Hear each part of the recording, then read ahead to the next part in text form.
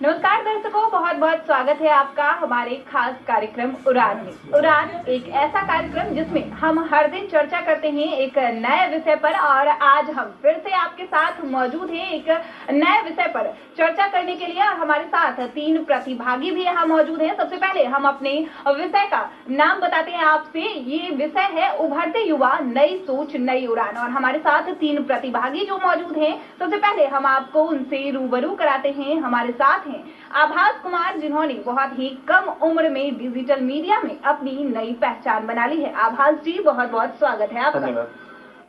वही दूसरी तरफ हमारे साथ प्रतिभागी मौजूद हैं प्रिंस कुमार, जिन्होंने भी बहुत ही कम उम्र में 10वीं कक्षा पास करने के बाद ही उन्होंने बच्चों को शिक्षा दीक्षा देने का काम शुरू कर दिया है। प्रिंस जी, बहुत बहुत स्वागत है आपका हमारे कार्यक्रम। धन्यवाद। वही एक और प्रतिभागी हमारे साथ मौजूद हैं आशुतोष पाठक जी, जिन्होंने काफी दिनों से बच्चों को प्रतियोगिता परीक्षा की तैयारी करवानी शुरू कर दी है, और आज भी वो बच्चों को प्रतियोगिता परीक्षा की तैयारी करवाते हैं। आशुतोष जी, बहुत बहुत स्वागत है आपका। तो दर्शकों, बिना वक्त गवाए हम कार्यक्रम की शुरुआत करेंगे, और सबसे पहला सवाल हमारा आभास जी से रहेगा। आभास जी, आपने काफी कम दिनों में डिजिटल इंडिया में अपना एक नाम बना लिया है, तो ये ख्याल आपके मन में किस प्रकार आया? जब कोरोना काल का दौर था और सभी पूरे देश में या कहें कि पूरे विश्व में लॉकडाउन लग गया था, जिसके कारण सभी विद्यालयों और निजी संस्थानों को बंद करा दिया गया था, तो उस समय मैंने बच्चों के लिए कार्य किया था। स्पेशली जो यंगस्टर है, जो देश के भविष्य है, उनके लिए मैंने कार्य किया था। और मैंने एक वेबसाइट डेवलप की थी जिसमें उन्हें क्विज प्रतियोगिता, छात्रवृत्ति और अनेक तरह की स्कीम जो भारत सरकार और राज्य सरकार के द्वारा चलाई जा रही थी, उनकी जानकारी मैंने उन तक विस्तृत रूप से पहुंचाई थी। तो मेरा मुख्य उद्देश्य इस वेबसाइट का बनाने का यही था कोविड टाइम में, कि बच्चे को जो घर में बैठे वो मानसिक तनाव उनके अंदर ना आए, वे सरकार के द्वारा चलाए जा रहे मुहिम में अपनी भागीदारी सुनिश्चित करें। और भारत सरकार, राज्य सरकार ने अपने तरफ से कई तरह की मुहिम कोरोना काल से लेकर अभी तक चला रखी हैं, जिन्हें सीधा ऑनलाइन के माध्यम से बच्चों को लाभ मिल रहा है। आभास जी, आपने बहुत ही अच्छी बात बताई, लेकिन आभास जी, एक और सवाल मेरा आपसे रहेगा। आपने काफी सारे पुरस्कार भी जीते हैं, आपको कई सारे पुरस्कारों से सम्मानित भी किया गया है, तो इसमें सबसे बड़ा योगदान आपने जो डिजिटल इंडिया बनाया, कोरोना के टाइम में आपने काम को शुरुआत काम की, तो इसमें सबसे बड़ा योगदान किसका था? इस विषय में सबसे बड़ा योगदान तो सर्वप्रथम मैं अपने माता पिता और गुरुजनों को देना चाहूंगा। और मुझे बाहरी स्रोतों से भी, जैसे कि कई तरह के पदाधिकारी जो हमारे जिले के पदाधिकारी हैं, मैं उनका भी धन्यवाद ज्ञापित करता हूं यहाँ पे। उन्होंने भी मुझे उस दौर में काफी प्रोत्साहित किया था कि जो तुम कार्य कर रहे हो, रचनात्मक कार्य है, ये आगे जाकर कोविड के टाइम के बाद भी ग्रामीण परिवेश के बच्चों को इससे सहूलियत होगी। और मैं संकल्पित भी हूँ आगे ग्रामीण परिवेश में और शहरी परिवेश में भी जितने बच्चे हैं, मैं विनती करना चाहूंगी कि आप भी अगर 10वीं कक्षा उत्तीर्ण किए हैं तो इस योजना के तहत निःशुल्क प्रशिक्षण प्राप्त करें और राष्ट्र निर्माण में, बिहार के नवनिर्माण में अपना योगदान दें। जी बिल्कुल आभास जी, आपने बहुत ही अच्छी बातें कही हैं आज के युवाओं के लिए, कि किस प्रकार आज के युवा अगर इस क्षेत्र में जाना चाहते हैं तो इसकी तैयारी कर सके। वहीं दूसरी तरफ हमारे प्रतिभागी प्रिंस कुमार भी मौजूद हैं, जो कि मधेपुरा जिला अंतर्गत ग्वालपारा प्रखंड के एक छोटे से गाँव से आते हैं, और इन्होंने काफी ही कम उम्र से बच्चों को शिक्षा दीक्षा देने का काम शुरू कर दिया है। तो प्रिंस जी, हम आपसे जानना चाहेंगे, मेरा पहला सवाल आपसे रहेगा कि आप जिस प्रकार से छोटे छोटे बच्चों को शिक्षा दीक्षा देते हैं, इसमें क्या कुछ कठिनाइयों का आपको सामना करना पड़ता है? कठिनाई सामना अगर अलका जी आप बोले हैं तो बहुत सारी कठिनाइयों का सामना करना पड़ा। वहाँ पे एजुकेशन को समझ नहीं रहे थे, क्योंकि हमारे मधेपुरा जिला से सुदूर काफी गांव जो है, दूर गांव में जहाँ की एजुकेशन की कमी थी। तो सबसे पहले उन सभी अभिभावकों को अवेयर करना कि अपने बच्चों को क्यों पढ़ाया जाए। हाँ, उनको पढ़ाने से, बच्चों को पढ़ाने से वो आगे बढ़ेंगे, वो क्या कर सकेंगे, उनको सबसे पहले मोटिवेट करना, पॉजिटिव करना, ताकि बच्चे गलत रास्तों पे ना जाए। तो प्रिंस, आपने बहुत ही अच्छी बातें हमारे दर्शकों को बताई और साथ ही साथ आपने हमारे दर्शकों को जागरूक करने का काम भी किया है कि अगर कृषि प्रधान गांव भी है, राज्य भी है, तो भी हम बच्चों को शिक्षा दे पाए और किस प्रकार दे पाए, इसके बारे में आपने काफी ही अच्छी बातें कही। हम आपसे भी जानना चाहेंगे कि आप जिस तरीके से बच्चों को शिक्षा दीक्षा देते हैं, ये काम आप कब से कर रहे हैं और साथ ही साथ आप बच्चों के साथ साथ गार्जियन को भी इंस्पायर करते हैं, तो क्या कुछ सार्थक फल मिला है अब तक आपको? हाँ बिल्कुल अलका जी, ये बातें तो हैं कि अगर अक्सर बच्चे अगर जब आगे बढ़ते हैं तो जो उसके माता पिता हैं वो बहुत खुश होते हैं, अपने बच्चों को पढ़ाने को और ज्यादा इच्छुक होते हैं। उनको देख करके जो अगल बगल के जो गांव समाज के जो और बच्चे होते हैं आस पड़ोस के, उनको देख करके आगे अगर बढ़ रहे हैं तो उनको भी प्रेरित जो है वही करते हैं और उनके भी पड़ोस के भी बच्चे को जो है भेजते हैं, क्योंकि अक्सर हमेशा बच्चे को वही भेजना पसंद करते हैं पढ़ने के लिए जिनके बच्चे की आगे बढ़े, कुछ अपने परिवार में कुछ नया करने की कोशिश करते हैं।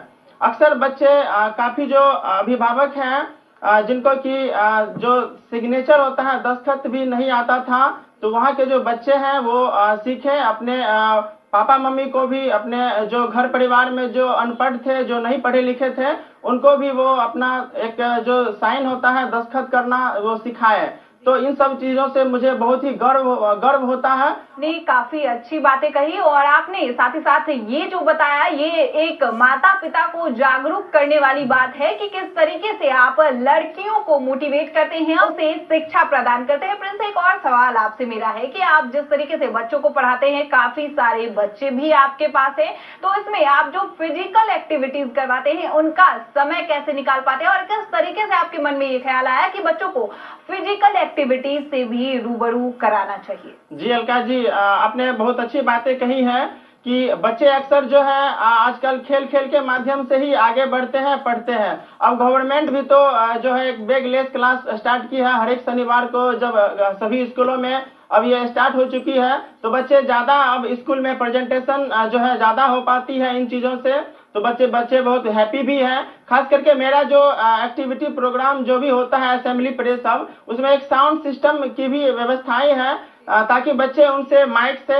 जो है उनको बोले, उनको करे, ताकि वो उसको अच्छा लगे, अच्छा फील हो, उसको बोलने का भी एक जो है वो सीख पाते हैं। तो प्रिंस जी, आपने बहुत ही अच्छी बातें हमारे दर्शकों को बताई है। वहीं हमारी तरफ एक और प्रतिभागी हमारे साथ मौजूद हैं, आशुतोष पाठक जी। आशुतोष जी, हम आपसे जानना चाहेंगे कि आप जिस तरीके से प्रतियोगिता परीक्षा की तैयारी करवाते हैं, तो बच्चों को क्या कुछ सुविधाएं प्रोवाइड करवाते हैं? ये बहुत ही अच्छा सवाल आपने किया अलका मैम।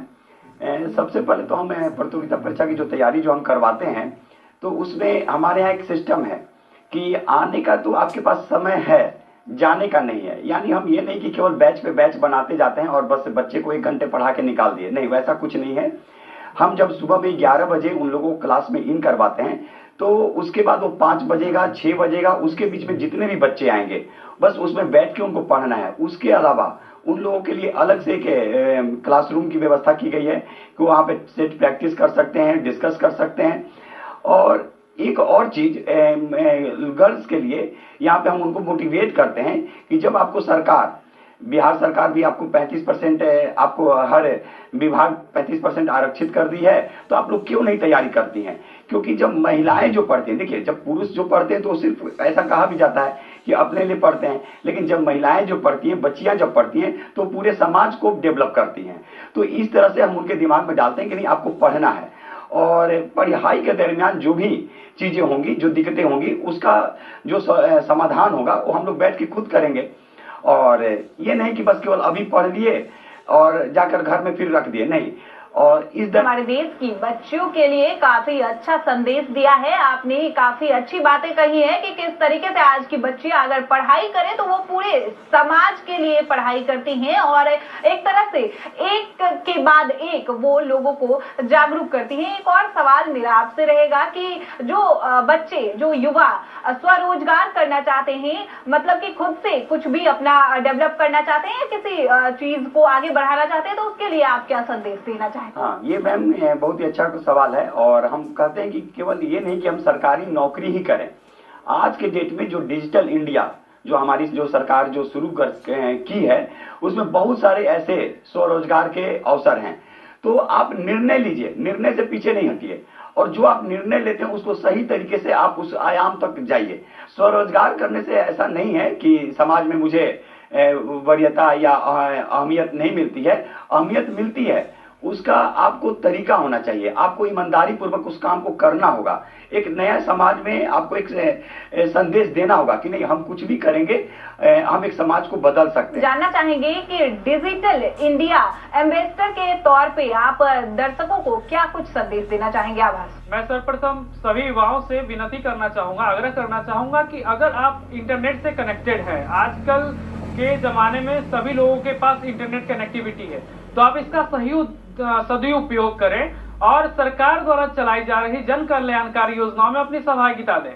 आपके लायक जो भी जन कल्याणकारी योजना अगर चलाई जा रही हैं आपके स्तर की, तो आप उसमें जरूर भाग लें। और डिजिटल इंडिया के माध्यम से आप माईगव एक बेहतर प्लेटफॉर्म है 9th क्लास के बच्चों के लिए, 9th से लेकर जितने भी बूढ़े बुजुर्ग लोग भी हैं इसका यूज कर रहे हैं, और सरकार आपके द्वार पहुंच रही है, आप इसके माध्यम से इसका लाभ उठा सकते हैं। धन्यवाद। तो दर्शकों, आपने देखा कि किस प्रकार से जिस तरह आज के टाइम में बेरोजगारी काफी हावी है, तो वहीं दूसरी तरफ हमारे साथ ऐसे युवा प्रतिभागी मौजूद हैं जिन्होंने बेरोजगारी से जूझते हुए एक नया रोजगार शुरू किया और काफी सफलताएं भी उसमें प्राप्त की है। तो आभास, प्रिंस और आशुतोष जी, आप सभी का बहुत बहुत धन्यवाद हमारे इस कार्यक्रम में आने के लिए। तो दर्शकों, आज के इस कार्यक्रम में बस इतना ही, फिर मिलेंगे नए विषय के साथ इसी कार्यक्रम में। फिलहाल के लिए दीजिए इजाजत, बने रहें डीडी बिहार के साथ। नमस्कार।